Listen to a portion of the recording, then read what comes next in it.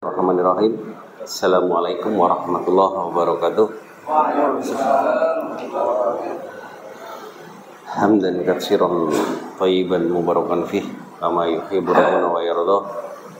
Asyhadu an la ilaha illallah wahdahu la syarikalah iqraran bihi wa tauhidan wa asyhadu anna Muhammadan abduhu wa rasuluh sallallahu alaihi wasallam wa ala alihi wa ashabihi wassalamu tasliman mazidan wa ba'd.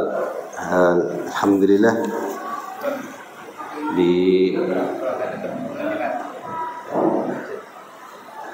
di subuh yang sejuk ini Allah masih memberikan kita nikmat yang sangat banyak, yang mungkin ada dari sebagian dari kita yang tidak menyadarinya atau bahkan menganggapnya itu bukan nikmat.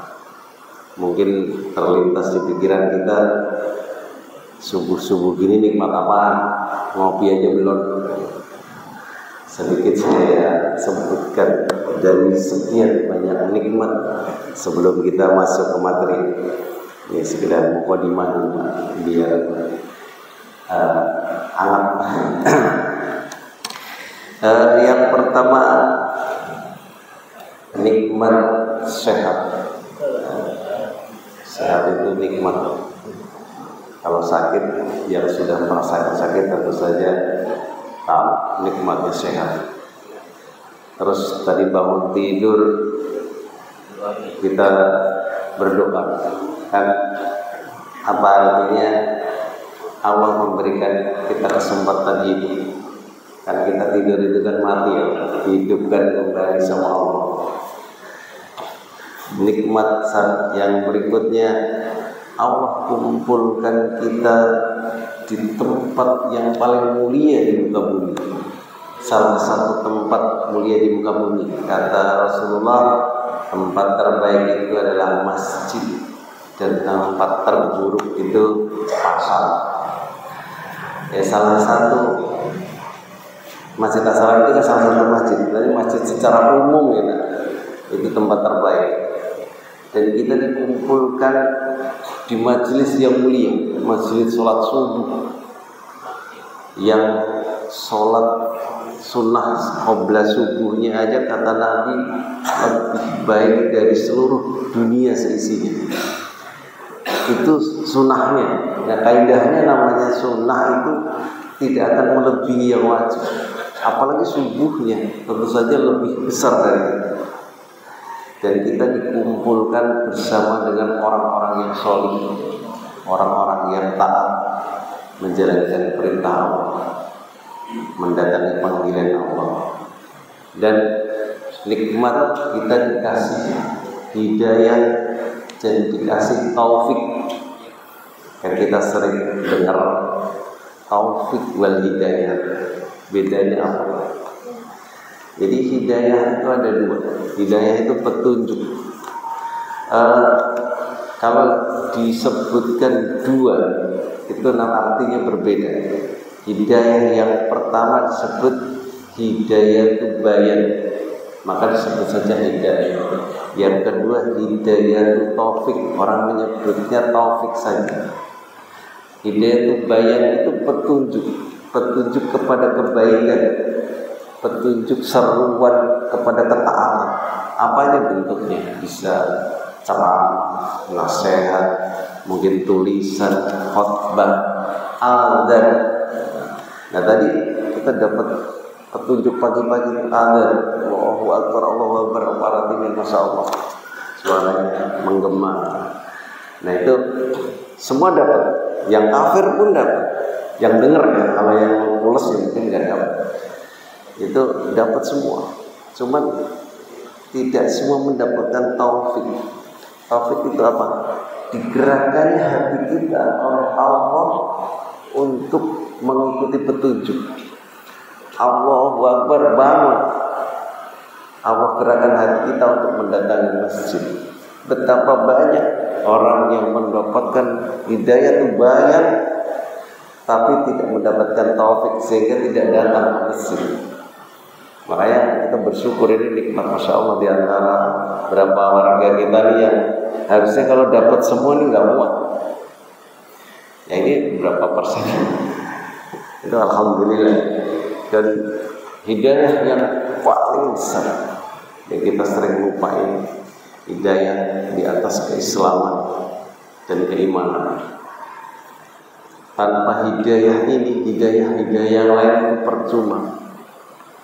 Artinya ini yang bisa membawa kita kepada surga Allah, insya Allah. Kita mati di atas keislaman, di atas keimanan.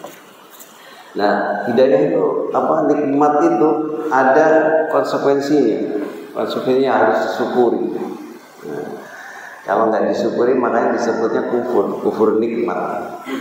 Nah, makanya alhamdulillah kita dapat nikmat yang banyak, maka konsekuensinya kita harus syukuri. Syukurinya dengan 3 hal. Pertama dengan hati, meyakini bahwa nikmat itu berasal dari Allah, bukan dari selain. Bukan karena kita kemampuan kita bisa bangun karena kita sehat, karena kita olahraga terus, bukan. Karena Allah yang memberikan kita kekuatan. Dan kemudian dengan lisan kita ucapkan alhamdulillah. Dan yang ketiga dengan amal jawari, dengan ketaatan kepada Allah. Jadi kalau kita ingin mensyukuri nikmat, taat kepada Allah. Dipanggil datang, adzan datang. Disuruh puasa. Jangan kita ngakunya mensyukuri, adzan, wah tanggung. Nah, lagi cuci mobil. Insya Allah seperti itu yang sering terjadi, Pak. Tapi pada pagi ini kita akan membahas ini. Saya perwakilan dari Intiasalam, Ketua Intiasalam mengamanahkan kepada saya untuk menyampaikan tentang pengurusan jenazah. Beliau katakan ini urgent untuk disampaikan. Kenapa ini urgent? Ini kan sebenarnya hal-hal seperti ini, musibah kematian itu kan jarang terjadi, Pak. Kalau kita frekuensinya kan nggak tiap hari juga nggak, tiap bulan belum tentu juga. Apalagi kalau dihitung per keluarga, belum tentu satu keluarga itu setahun ada yang meninggal. Jarang. Makanya kenapa jadi urgent? Justru itu urgentnya. Hal-hal yang jarang terjadi itu kadang-kadang lalai. Orang tidak menganggapnya penting, akhirnya tidak peduli, tidak mempelajarinya. Nah, ketika itu datang, yang ada bingung karena nggak tahu ilmunya. Wah, gimana nih? Nah, makanya itu perlu kita sampaikan agar apa? Agar semua jamaah tahu ilmunya.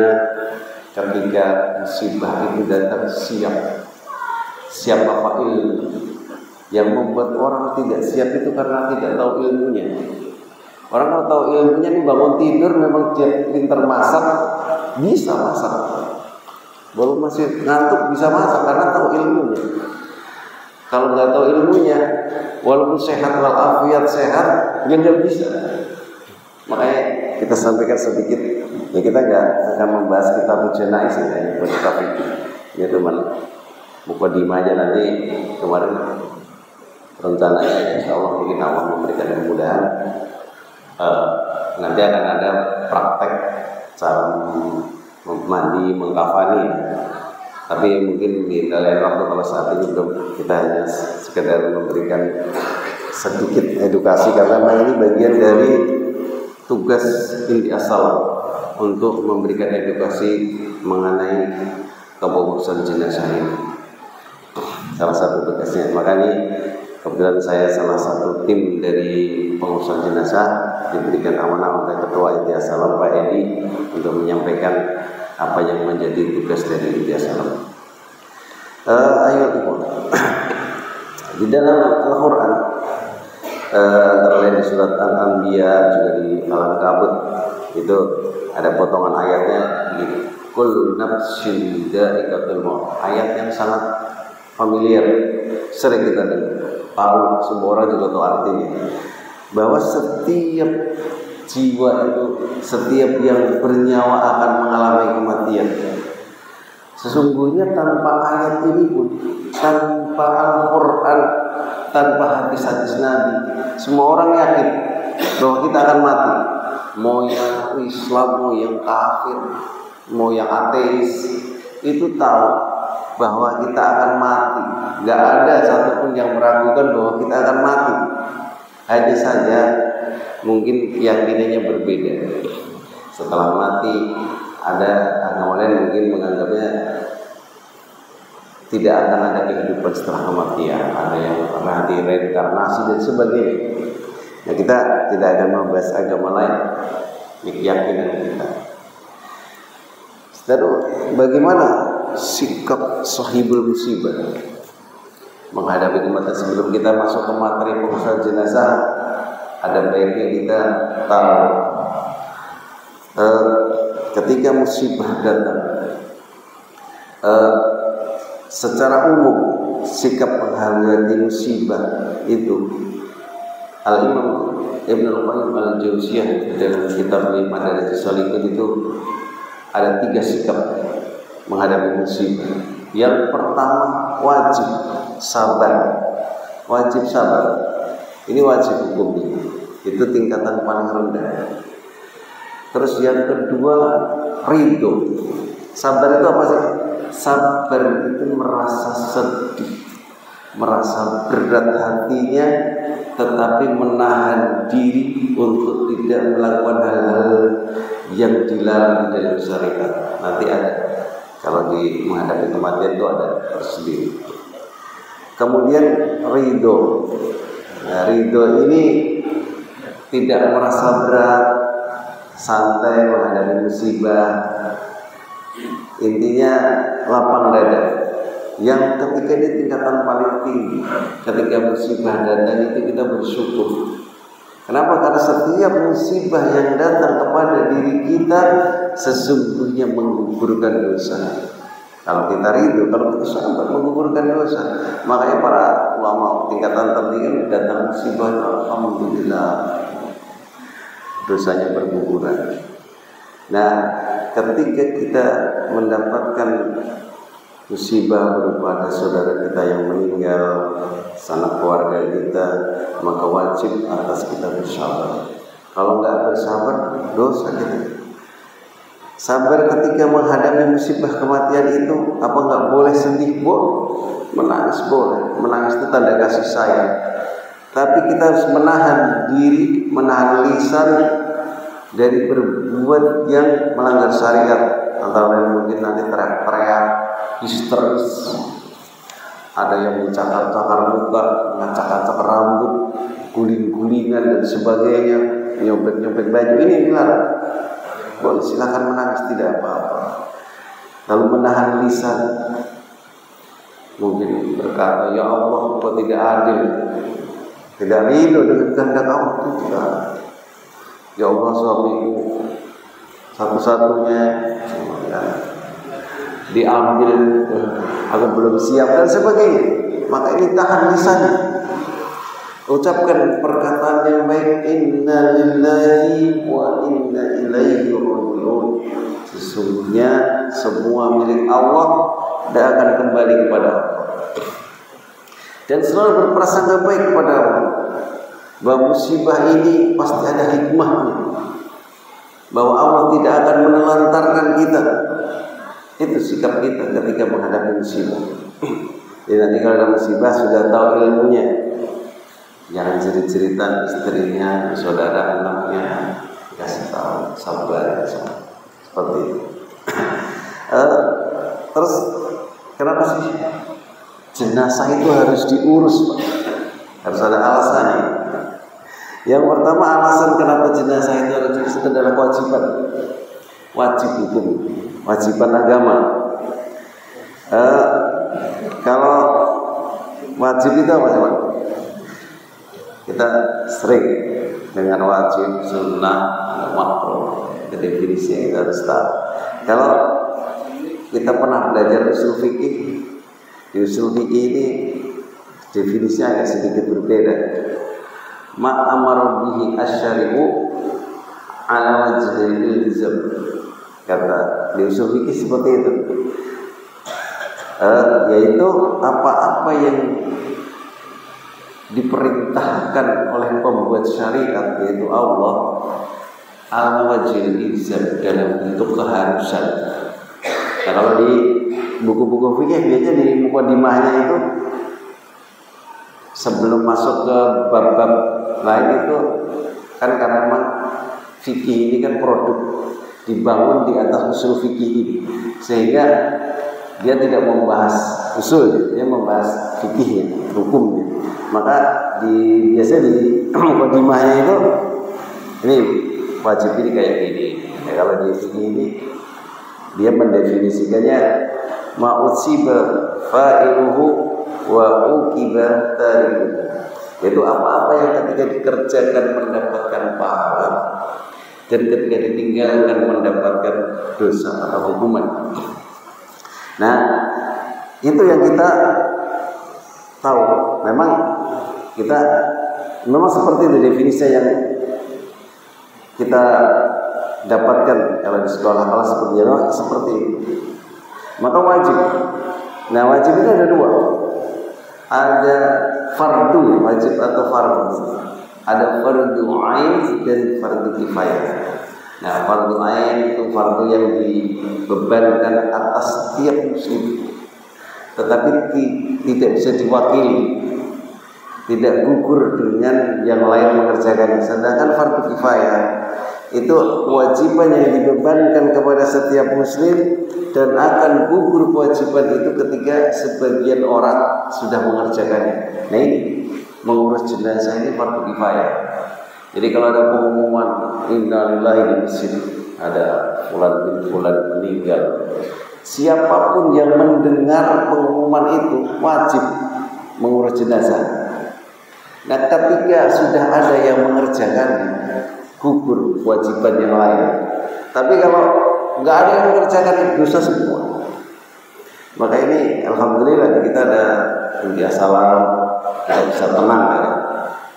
Tapi tetap jangan kita merasa sudah bodo amat sudah. Kita tentu wajib, karena memang pada asalnya menuntut ilmu itu wajib, menuntut ilmu agama itu wajib. Apalagi bagi orang-orang yang memang sudah ditugaskan untuk mengurus ini, maka dia sesuatu yang tadinya bagi orang lain mungkin gak wajib, dia wajib mempelajari. Terus yang kedua, ini adalah bentuk penghormatan terakhir kepada jenazah. Ketika jenazah itu diurus dengan baik dan benar sesuai syariat, itulah bentuk penghormatan kita itu dengan seperti itu.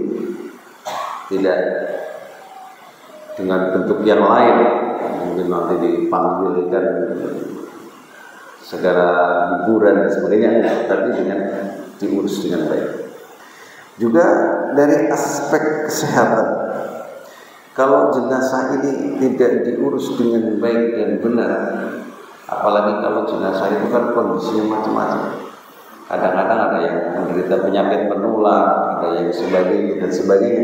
Ketika tidak diurus dengan benar, maka ini bisa menimbulkan masalah kesehatan bagi lingkungan. Juga memberikan dukungan emosional kepada sahibul musibah. Ketika jenazah itu sudah diurus, maka yang sedang berduka itu bisa menghadapi musibah itu dengan fokus. Tidak pikirannya kemana-mana, itu belum dimandikan, belum dikafani, sementara hatinya lagi sedih, ngurus penguburan, kesono kemari, ke Mangunjaya dan sebagainya. Ini memberikan dukungan kepada sahibul musibah. Kemudian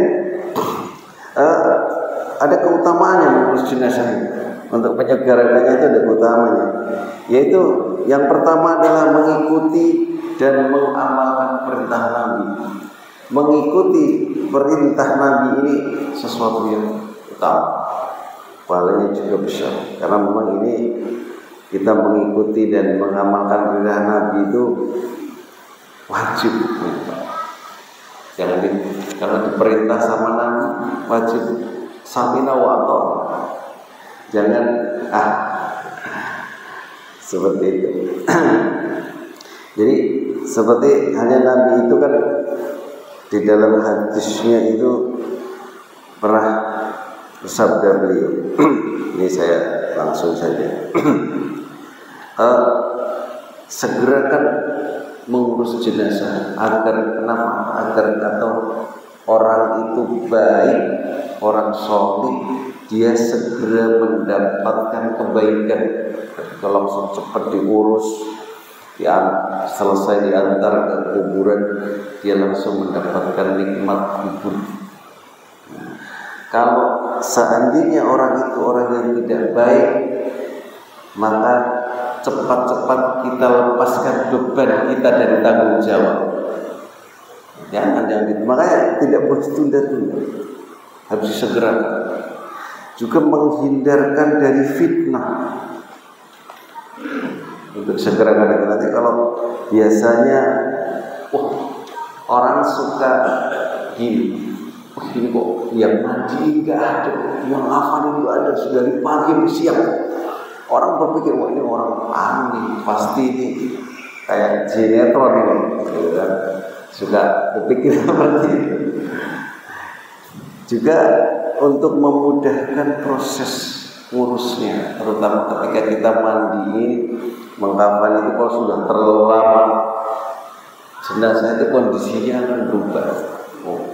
Umpamanya kaku, ketika salah satu sunahnya kan harus dicabutin, dibersihkan dulu ketiaknya. Kalau kaku itu nggak bisa, dia keras gitu. Dan tidak boleh kita menyakiti jenazah. Kata Nabi, menyakiti jenazah itu sama dengan menyakitinya ketika dia hidup. Maka nggak boleh kita paksa, meletak. Jangan. Ya boleh. Juga makanya harus disegerakan. Alhamdulillah sih ada yang salam begitu dikabarin ada yang meninggal, teman-teman yang siap langsung bergerak. Jam berapa aja? Jam 11, jam 2 malam, jam 1 malam langsung. Agar ketika masih lemas enak. Kita bangunkan nanti, perutnya kita usap-usap, keluarin kotorannya bisa. Kalau kaku nggak bisa.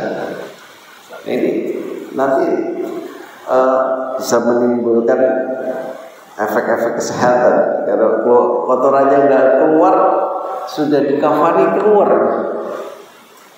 nanti menimbulkan fitnah lagi. Wah, ini orang nih dulunya begini nih. Padahal itu karena memang terjadi proses pembusukan di dalam perut sehingga gasnya itu mendorong kotoran keluar.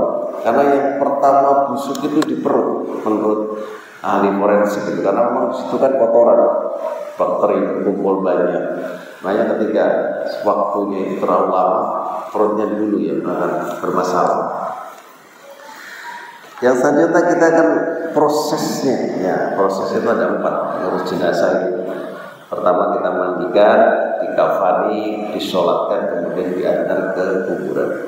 Nah, proses ini harus berurutan, nggak boleh disolatkan dulu baru dimandikan, atau dikafani dulu baru dimandikan, nggak boleh. Karena memang ini berurutan, nggak boleh ngacak dulu. Wah, kita sholatin dulu dah, mumpung mesti banyak orang, atau mandinya belakangan, nggak boleh. Ya belum suci, itu kan dimandikan itu proses seperti wudhu. Makanya kan proses nanti diwudukan dulu, dibersihkan kotorannya, dan setelah itu kan nggak boleh disentuh sama yang bukan mahramnya, agar nggak batal wudhunya. Makanya nanti ada adab-adabnya. Nah, pas memandikan itu kita ada adab-adab terhadap jenazah perlu diperhatikan. Jadi siapa saja yang boleh memandikan itu harus dikasih tahu, jangan sembarangan. Ini siapa nih? Perempuan, anaknya, enggak boleh. Yang baru meninggal bapaknya. Kalau istrinya boleh. Boleh kalau istrinya atau suaminya boleh. Nah itu perlu terus ditanya kepada umpamanya dari timnya itu dari luar, terus ditanya siapa saja yang mau memandikan. Kenapa? Agar tidak ada orang luar. Kenapa? Karena biasanya jenazah itu kan ada aibnya, Pak. Ya apalah gitu yang tadi kira hidup. Itu kalau orang sembarangan keluar masuk, nanti tersebar aibnya. si bapak itu ternyata jarinya ada 7. Itu disebar airnya sudah meninggal. Makanya tim pemandian itu alhamdulillah kita sudah berkomitmen salah satunya menjaga air. Kita kunci mulut kita, bahkan anak istri kita ya pernah kita cerita jenazah itu seperti ini, masya Allah. Itu yang perlu dijaga. Juga pas memandikannya kita menutup auratnya, jangan buka semua. Nanti ditutup kain. Juga pelan-pelan, jangan kayak mandiin kebo. Pelan-pelan, kita lemah lembut gitu. Terus juga menggunakan wangi-wangian dan sebagainya, nanti ada. Kalau itu secara teknis nanti diajarkan aja, kita ada saja. Terus kemudian mengkafani, setelah itu dikafani, dimandikan selesai, kita kafani dengan menggunakan 3 lembar kain biasanya. Nanti juga teknisnya insya Allah nanti.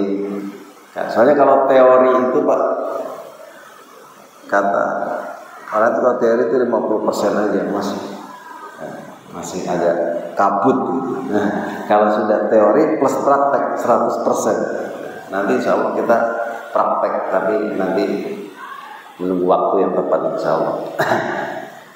Kemudian setelah dikafani, jenazah itu kita sholatkan.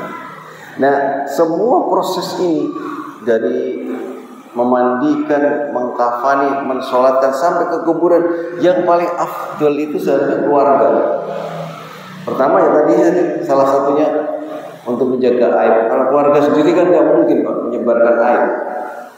Terus juga ketika mensolatkan, solat itu kan isinya doa. Ya dari ada para ulama, ada yang mengatakan kalau kita kan 4 takbir, para ulama ada yang boleh dengan 6 takbir. Beberapa kalau kita baca kitab jenazah, kitab sholat jenazah itu ada beberapa versi. Kalau sholat itu biasanya dulu kita kalau sekolah diajarkan sholat jenazah kan. Kalau kita kan ada praktek sholat jenazah di sekolah, ya biasanya nggak asing, sudah pernah belajar, hampir semua orang pernah belajar sholat jenazah ketika sekolah. Cuman memang harusnya kan tidak hanya sholatnya, dari mandi mengkafani itu diajarkan. Cuman kita dulu di sekolah, kalau saya ya itu diajarkan sholat doang, praktek sholat jenazah biasanya. Nah sholat jenazah sebetulnya mudah, karena kan nggak pakai rukuk, nggak pakai sujud, sebentar. Doanya juga doa-doa yang sederhana. Harusnya tidak perlu ustaz. Setiap keluarga bisa, ketika bapaknya meninggal anaknya sholatkan, ketika ibunya suaminya yang sholatkan. Kenapa? Salah satunya tadi, sholat itu isinya doa, mendoakan mayat. Allahumma firlahu warhamhu, Allahumma la tahrina ajrahu dan sebagainya. Kalau doa itu ketika yang berdoa itu keluarganya kan lebih khusyuk, sedih bahkan. Beda sama kita yang gak ada hubungan keluarga, ya sekedar sah aja, mungkin juga baca apa pikiran kemana bisa aja. Karena memang beda. Ketika kita mendoakan keluarga kita kan lain dengan mendoakan orang lain. Kita ke bawah hati kita, ke bawah sedih kita.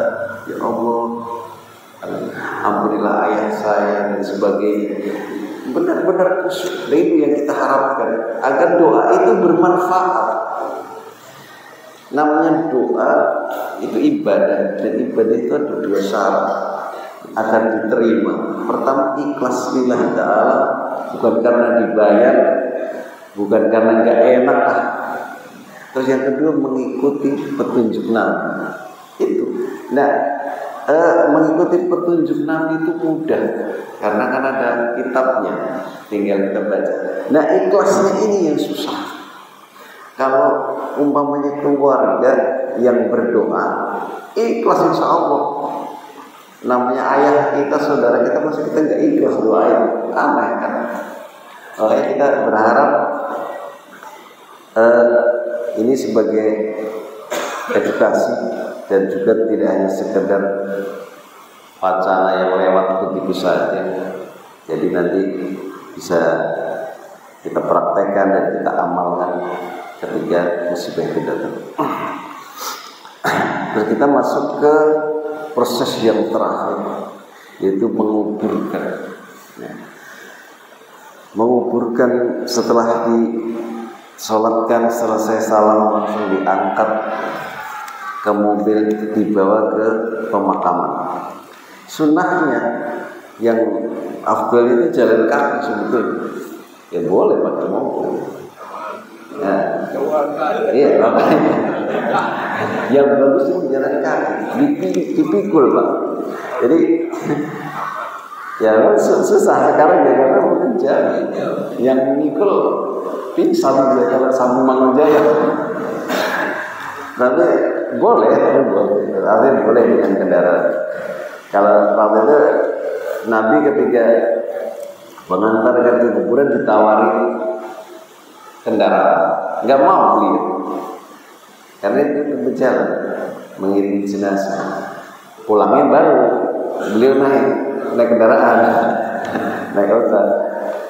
Karena memang ada beberapa manfaat dari itu, yaitu agar ketika dia lewat di pikul orang-orang yang menyaksikan jenazah itu mengambil manfaat faidah dari Allah. Dan sunnahnya lelaki itu Pak, jangan ditutup itunya, kerandanya. Kenapa? Kelihatan. Itu loh, serem kan orang mengingat kematian. Dalam kondisi Allah itu Pak, ini kemarin habis ngobrol saya, sekarang dibungkus begitu, Masya Allah.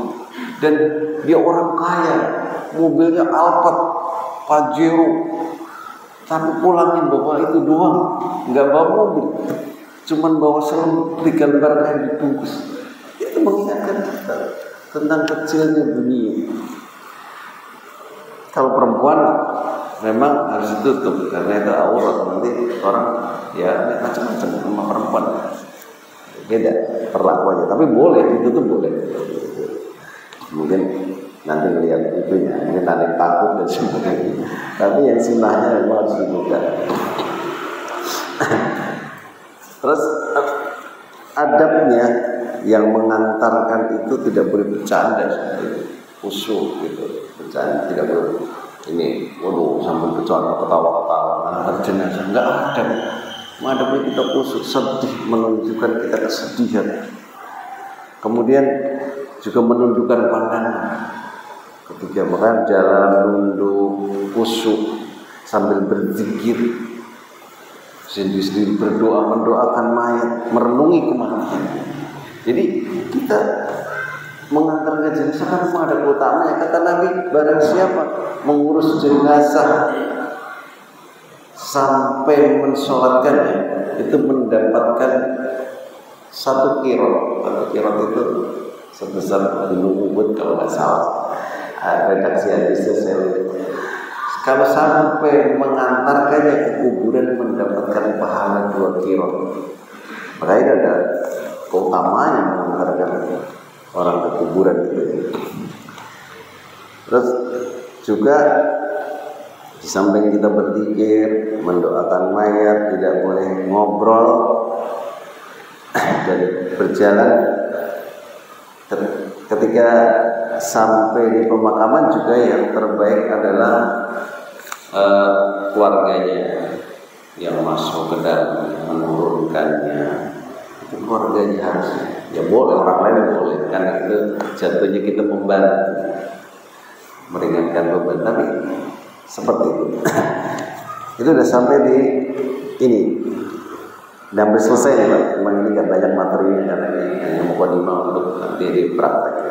Ada beberapa hal yang biasanya terjadi yang tidak sesuai dengan syariat. Itu karena salah satunya kita tidak tahu ilmunya. Biasanya dalam beberapa prosesnya, yang paling banyak proses penyimpangannya itu biasanya kalau pertama memandikan. Itu karena nggak tahu ilmunya, masuklah ajaran-ajaran agama lain. Mandinya dengan kembang 7 rupa.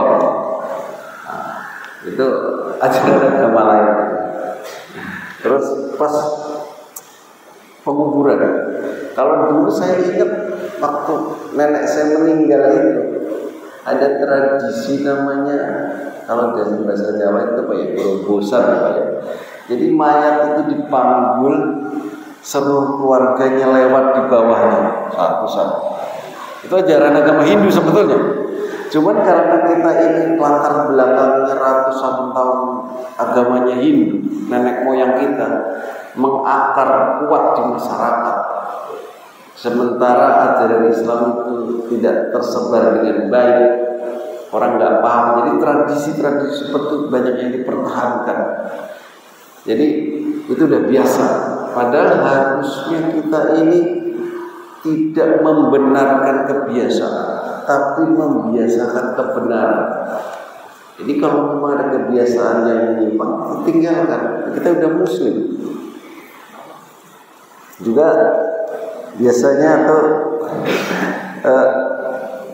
tradisi-tradisi yang berkembang, umpamanya kayak di kuburan harus dikasih kembang kuburan, tidak manfaat buat kita maupun buat mayatnya. Itu aslinya mengajarkan agama Hindu. Kamu kok nunggu ratusan tahun seperti itu? Kalau ke kuburan kita harus bawa kembang. Yang dibutuhkan mayat itu bukan kembang, doa. Berdoa, doain tiap hari sebenarnya. Bukan kembang, kembang gak ada manfaatnya. Yang mendapatkan manfaat dari kembang siapa? Yang jual. Karena itu kadang-kadang urusannya bisnis. Kalau ini omongan saya didengar tukang kembang, saya bisa dicegat. Menghancurkan bisnis kembang. Kalau tujuannya untuk memandikan mayat, asal tidak punya keyakinan kayak kembang 7 ripa nggak apa-apa, karena salah satunya dengan wangi-wangi kembang boleh-boleh aja. Pandan dan apa boleh, mungkin seperti itu ya Pak. Nah, kita sudah selesai, jadi kita berharap ini menjadi pemicu untuk kita belajar. Jangan ketika datang musibah jangan bingung, sikap kita harus sesuai syariat. Kemudian usahakan saudara-saudara kita, anak-anak kita, anak istri kita tahu tentang syariat ini.